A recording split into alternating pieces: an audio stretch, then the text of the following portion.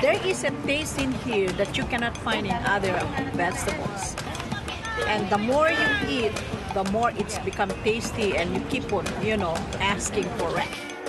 What this farmer in Hawaii is talking about is not a vegetable, it's a tree. And while Vicky Domingo says it has an unusual flavor, there's more to this tree than meets the taste buds. You keep on eating and eating and you can feel your body is more energetic, more healthy, and you can see the difference. You're not dropping, you keep on, just so active. You have to remove one by one like this. Domingo says she has grown this tree on her farm for more than 25 years. She harvests moringa twice a week all year round.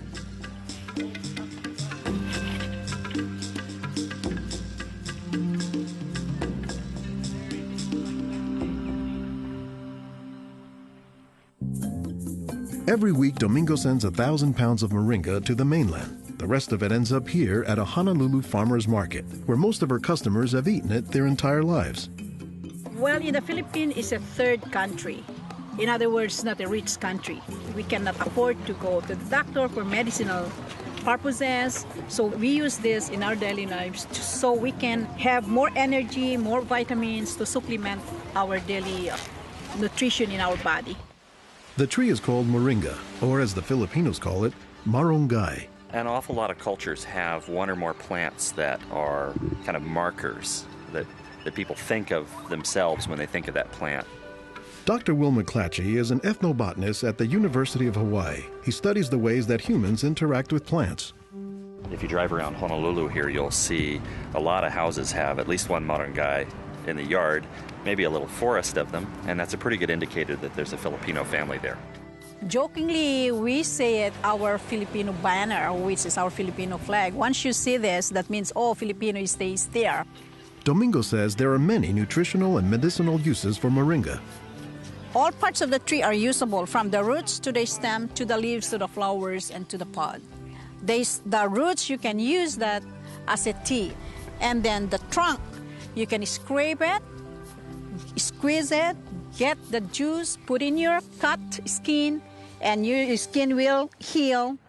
Some of this may be folktale, but some cultures have used moringa as a medicinal plant for thousands of years. McClatchy says moringa is worthy of its reputation as a tree with unusual nutritional properties. Thank you. Moringa is one of these trees that is a multi-purpose plant that fulfills such a high percentage of kind of basic needs that when people get used to using it, they really can't see what it's like to live without it. And many cultures don't. Today, moringa is used as a remedy and, in essence, a multivitamin in many of the world's warmest regions. Moringa is used widely in Africa and South Asia, and it's been introduced into South America and Central America, where it's also being used. So, this is not just a plant of a single community.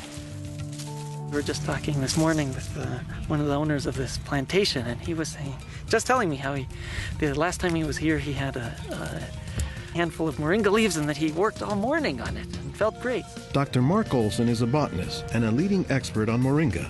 He teaches at Instituto de Biología, Universidad Nacional Autónoma de México in Mexico City. Here, he is visiting a new moringa farm about 2 hours outside the city limits. So they've just planted these here, and soon they'll be nice and big. Olson says that while moringa can grow in places like Mexico or Hawaii, the tree is native to arid subtropical regions, places like Africa and southern India, hot places where moringa has proven its persistence.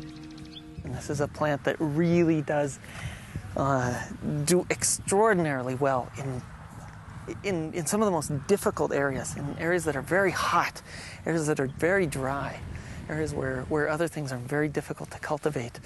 Look at the little tuber there. This is one of the reasons it survives so well in dry areas. Also, they're storing lots of water in the wood. So that's one of the reasons this is such a remarkable tree. They don't have particularly deep roots. That's sort of a myth about moringas, that they survive because they have deep roots. No, they're storing water in their roots and their trunk. But moringa, says Olson, does a lot more than just survive, despite the tree's sometimes scraggly appearance. I don't think they're actually the most attractive tree. They're more a tree that you look at and you sort of love the way you love a scruffy friend or a scruffy dog. Because the branches sort of splay here and there, and they get burdened down with huge quantities of fruits on them. And that's actually what makes the tree so remarkable, is that it's such a generous tree. And that's because people have found multiple uses for so much of the tree, including its seeds. They're full of oil. You press the seeds, and then this wonderful aromatic oil comes oozing out, which you can use for cooking, you can use for cosmetics or lubrication or whatever. And the cake, the press cake, the stuff that's left over after pressing the seed, that is what's used for water purification. Water purification, Olson says, is especially useful in developing countries where clean water is hard to come by. But the benefits don't stop there. Some of the things I think are most exciting about moringa is, for example, the high vitamin content. There's a lot of vitamin A in the leaves. And worldwide, that's a problem. A lot of people have problems in development of their eyes because they don't have enough vitamin A. Moringa's vitamin A content, and its content of vitamins in general, has caught the attention of scientists around the world. So I started to read about moringa, and I was absolutely amazed about the richness in nutrients, in many antioxidant compounds, in vitamins. Dr. Monica Marcoux is a pharmacologist who has studied many plants. She has done extensive research on moringa and says it has significant nutritional potency. This subject is one of the topics of her recently published book, Miracle Tree. To me, it was just a natural pathway from my scientific background and my love for trees to writing this exciting book on one of the most exciting and extraordinary trees of our world.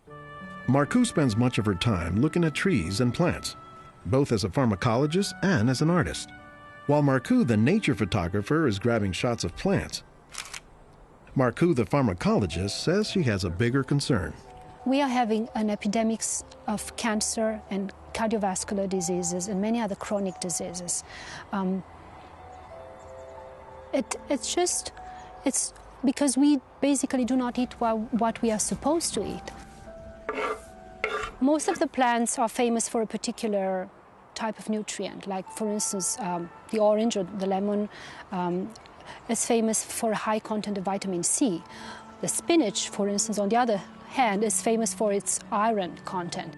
Moringa is very unusual because this single plant contains a wide variety of nutrients, but also in quite very high amounts. Marcoux says this concentration of nutrients combined with low calories and low sodium content makes moringa an ideal energy food or supplement that can help offset the typically unhealthy Western diet. Many of the Westerners are also deficient in antioxidant and anti-aging substances that are mostly found in plants. Antioxidants, according to the National Institutes of Health, protect the body's cells and may prevent cancer. And Marcoux says moringa is a treasure trove of antioxidants that happen to work hand in hand. Antioxidant substances and antioxidant vitamins work together in the body. For instance, it's known that selenium works better in the presence of vitamin E. Moringa has high amounts of selenium and has also vitamin E. While many plants contain antioxidants, Dr. McClatchy says that moringa is also high in the nutrients we usually associate with meat. Moringa is well known for being a good source of leafy green vegetable protein. And you don't get a lot of protein out of many vegetable foods other than like beans and things like that. So getting it out of the leaves is really a big deal. And while there are a few other plants like soy that are protein rich, Olson says moringa is special. I have a lot of food allergies. I'm allergic to wheat, I'm allergic to eggs. Soy tends to be a fairly highly allergenic food. It causes allergies easily in many people. We think that this is because of the form that some of the proteins are in soy. They're apparently in a form that's very simple and fairly easy for the body to assimilate in moringa. According to the United States Department of Agriculture, moringa contains 18 of the 20 amino acids, building blocks of proteins that are found in the human body. And, says Marcoux, moringa is one of the few plants that contains all of the essential amino acids. Moringa contains all the 9 essential amino acids that actually we cannot produce. Their presence, but also their ratio, is very beneficial, and it is estimated that this ratio is very good for absorption and for being bioavailable to our bodies. Further research is needed to establish the bioavailability of all of moringa's nutrients. But in some places, scientific studies may be too long a pursuit and take a back seat to a harsh reality. In most of sub-Saharan Africa, any baby has a 20% chance of dying before he reaches the age of 5. In some countries, up to 40%. And even those who survive past the age of 5, up to half or more will suffer from malnourished physical and mental development. C'est des lésions de malnutrition. These are lesions caused by malnutrition around the neck and around the waist. They are dry now, but will become permanent scars. As the former regional representative for Church World Service in Senegal for 16 years, it was Lowell Fugley's mission to help local clinics develop ways to save children at risk to malnutrition. Having been born myself into a middle-class American family, I thought it was just by chance that I was born in these conditions and not in the condition of a poor African family in the bush of Africa and living a malnourished life. And so I have a certain obligation to share what I received. In his quest to combat malnutrition, Fugley came across moringa in the late 1990s. It contains more vitamins and minerals in various combinations than you find in any other possible vegetable. And I thought to myself, if this source of nutrition could be made available at the village level, then this could be a very effective tool in preventing malnutrition. What Fugley says he didn't know at the time was that the Senegalese people were already familiar with moringa. It was only through a Peace Corps volunteer working in forestry who told me that, oh, moringa is already growing in Senegal. Not only was it growing, the people had been using it for generations, only they didn't refer to it as moringa. They called it nebedai, which Fugley suspects comes from the English words never die, after the tree's resilience. I ask any Senegalese, do you know the nebedai tree? Oh, yes, my mother makes a sauce from the leaves of this tree. We call it mboum. Every Senegalese knew this tree. The problem, says Fugley, was that it was prepared and used in ways that diminish moringa's nutritive contents. They boil the leaves too long, they throw out the water that is boiled in and where many of the vitamins are located, and so they lose a lot of the benefits that the leaves could provide. So Fugley went to work, both planting moringa trees and, more importantly, educating healthcare workers on how moringa can help stave off malnutrition. Regarde tonton. Regarde celui-là. Regarde tonton. Tu as vu? Non, non, celui-là même. Pour le moringa.